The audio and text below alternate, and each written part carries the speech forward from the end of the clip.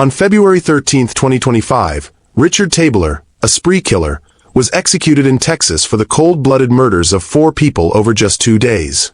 In this video, we'll uncover his final 24 hours, his last words, his last meal, and the brutal crimes that kept him on death row for 19 years. It was just after 6 p.m. at the Huntsville unit. The air was still, the sky darkening behind razor wire and stone. Inside, 46-year-old Richard Lee Tabler lay strapped to a gurney. 4 years, he'd worn the label monster. 4 years, he never apologized. And now, the state of Texas was finally going to make sure he'd never kill again. He had no special last meal. Texas banned the tradition in 2011, so Tabler ate what every other inmate had: Salisbury steak, green beans, mashed potatoes, and cornbread. He barely touched it. At 6:11 p.m., the first drug entered his veins. His breathing slowed. His fingers twitched. And then, his chest went still. Richard Tabler was pronounced dead at 6:38 p.m., just 5 days before what would have been his 46th birthday. But to understand how we got here, we have to go back to 2004. To a strip club, a phone call, and a trail of bodies that started it all. It was a cold Friday night in Killeen, Texas, November 26, 2004. Mohammed Amine Ramouni, 28, a well-known manager at a local strip club, was expecting a quick meetup. Nothing out of the ordinary. Just a deal on some stereo equipment. His friend, 25-year-old Haytham Frank Zayed, offered to give him a ride. They had no idea they were driving straight into an ambush. Waiting for them in the dark was 25-year-old Richard Aaron Tabler, sitting inside a pickup truck with an 18-year-old Fort Hood soldier named Timothy Payne. Tabler was fidgeting. He had a 9mm pistol tucked under his shirt and a camcorder ready to record what was about to happen. But this wasn't random. Weeks earlier, Tabler had lost his job at the club Ramouni managed. The two men had butted heads, and things turned ugly. Tabler claimed Ramouni threatened to wipe out his family for $10. That was all the justification Tabler needed. On November 18th, he started preparing to kill, buying a gun, a camcorder, and a truck to carry it all out. Now, on November 26th, Ramouni pulled into the parking lot, trusting, unaware. Zayed was behind the wheel. As soon as they parked, Tabler raised his gun and fired. First at Zayed, shooting him dead in the driver's seat. Then he turned to Ramouni. The first shot didn't kill him. Ramouni groaned, still alive. So Tabler opened the door, dragged his broken body out onto the pavement, and delivered the final shot at point-blank range. Payne videotaped parts of it, and later showed the tape to a friend before destroying it. Tabler rummaged through the car, stealing Ramouni's wallet and a black bag. Then they drove off, like nothing happened. That night, Tabler did something unexpected. He called the Bell County Sheriff's Office himself. Come. Direct. He claimed responsibility for the murders. Then promised more. It wasn't a confession. It was a threat. And 2 days later, he kept it. It was Sunday, November 28th. Tabler had written out a hit list. 11 names. All of them connected to Ramouni's club. All of them marked for death. That night, he called out 2 of those names. 18-year-old Tiffany Lorraine Dotson and 16-year-old Amanda Benefield. Both were dancers at the club. Both barely out of girlhood. Tabler lured them with the promise of drugs. Told them he had something good. They followed him out past the city limits, toward a quiet lake surrounded by brush and silence. Maybe they thought it was a party. Maybe they trusted him. Maybe they were just trying to survive in a world that hadn't protected them. They never saw it coming. Tabler turned the gun on them and fired. Again and again. The girls collapsed near the water, bleeding out beneath the moonlight. Then he left them there, in the dirt and the dark, and drove away. And again, he called the sheriff's office. Told them 2 more were dead. He demanded they shut down the club. Warned that if they didn't, he'd kill again. Everyone on that list. Even the police. It wasn't just murder. It was psychological warfare. The next day, an employee of the U.S. Army Corps of Engineers stumbled across the bodies. Dotson was quickly identified. But Benefield's name remained a mystery for days. She was a runaway, just 16, far from home, unclaimed, unrecognized. It wasn't until December 4th that police confirmed who she was. By then, she had already been buried in case files and autopsy photos. In 48 hours, Richard Tabler had taken 4 lives. 2 men. 2 girls. Each killing deliberate. Each one colder than the last. And he wasn't done taunting the system yet. There was no dramatic manhunt. Richard Tabler was arrested later that same day, November 28, 2004, for unrelated felony theft charges. But by then, police were already suspicious. The threatening calls he made to the sheriff's office and the connection to the slain girls pointed directly at him. As investigators dug deeper, it didn't take long before Tabler's involvement in the brutal double homicide became impossible to ignore. Before the crime, he was just a boy. Richard Lee Tabler was born on February 5, 1979, in Tulare County, California, into a household already teetering on the edge. His mother, Lorraine, had not planned to have him. And according to court records, his father, Robert Tabler, made it painfully clear that he didn't want the child. While Lorraine was pregnant, Robert pressured her to get an abortion. She refused. But his resentment never went away.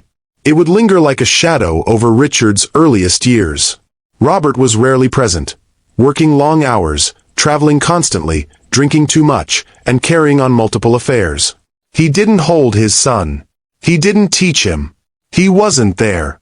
Lorraine wasn't much more present either. Caught up in her own work life and overwhelmed, she often left young Richard in the care of his older brother and sister. The house never felt like home. And by the time he was 10 years old, Lorraine packed up and left for good. Without a stable mother or an emotionally present father, Richard was shuffled between states. Sometimes he lived with his mother in Florida or Nevada, but most of the time he stayed with his father in California. The instability followed him into school. He struggled to concentrate, failed the 3rd grade, and had few, if any, friends. At age 12, he was diagnosed with ADHD. His family described him as a good-natured child with a short fuse. But inside, Richard was already unraveling. He craved attention, structure, anything that resembled love. Instead, he learned to survive alone. By adulthood, that loneliness had hardened. Richard was in a relationship with a woman who had a young daughter, but even that didn't last. They broke up not long before he was arrested for murder. His criminal record began stacking up quickly. He was convicted in California for 2nd-degree burglary, then again for assaulting a police officer and escaping custody. In 2003, he violated parole and was rearrested. While handcuffed, he kicked the window out of a patrol car, then later threatened to harm his parole officer and his family. He wasn't just angry anymore. He was dangerous. There was a history of violence and control simmering under the surface. And on one tragic weekend in 2004, it finally exploded. For lives would be taken. And Richard Tabler would go from broken child to convicted killer, on his way to death row. Richard Tabler didn't get far. Hours after gunning down Tiffany Dotson and Amanda Benefield, he was arrested, but not for murder. That night, November 28, 2004, police picked him up on unrelated felony theft charges. But investigators already had questions. The threatening calls to the sheriff's office, his past connection to the Teasers strip club, it all pointed to him. By the next morning, Tabler was in an interrogation room. He didn't break quickly. He was questioned for hours. But eventually, under the weight of it all, he confessed. Cold. Straightforward. He admitted to killing all 4 victims, Ramouni, Zayed, Dotson, and Benefield. He even named 18-year-old Timothy Payne, a Fort Hood soldier, as his accomplice in the first 2 murders. Payne was arrested soon after. The 2 were formally charged with capital murder on November 30, 2004, for the Thanksgiving double homicide. Then, on December 10, Tabler was separately charged with capital murder for the killings of Dotson and Benefield. But not long after that, Tabler changed his story. He recanted his confession. Claimed he never pulled the trigger. Never killed anyone. But the damage was done. A grand jury indicted both men in February 2005. Despite pleading not guilty, the prosecution announced it would seek the death penalty for Tabler. His defense team argued diminished responsibility. The judge rejected it. The trial for the first two murders began in March 2007. Within 3 days, the jury returned a verdict, guilty. And on April 2, 2007, Richard Tabler was sentenced to death. To this day, he's never been tried for the murders of Tiffany Dotson and Amanda Benefield. As for Timothy Payne, he was tried separately, convicted of capital murder, and sentenced to life in prison. He'll be eligible for parole in 2044. But for Richard Tabler, there would be no second chance. Only a death row cell, and 19 years to wait for it to end. After receiving 2 death sentences in 2007, Richard Tabler was sent to the Allen B. Polunsky Unit, Texas Notorious Death Row Facility. A year later, following a suicide attempt, he was briefly moved to the Jester 4 Unit for mental health treatment. Over the next decade, Tabler continued to appeal his convictions for the Thanksgiving double murder, while also committing further crimes behind bars. At times, Tabler claimed he wanted to die, even writing to judges asking to waive his appeals. In 2008 and again in 2010, he requested immediate execution, only to change his mind later. These repeated reversals triggered hearings to determine his mental competency, with one such evaluation occurring in 2011.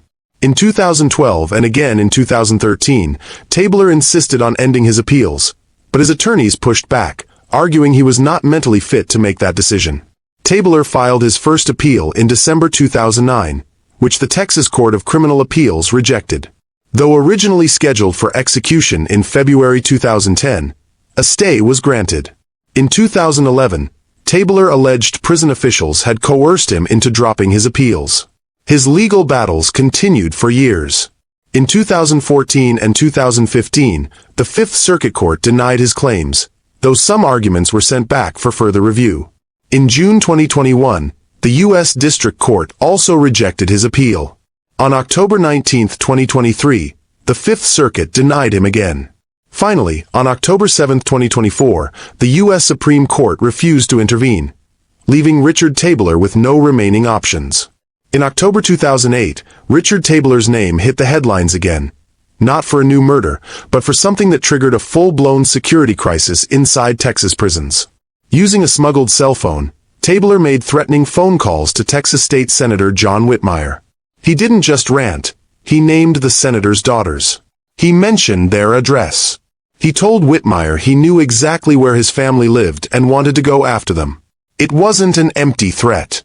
Investigators discovered Tabler had made over 2,800 calls in 30 days, sharing the same contraband phone with 9 other inmates. That phone had been smuggled in by Tabler's own mother, who was arrested at a Texas airport just weeks later.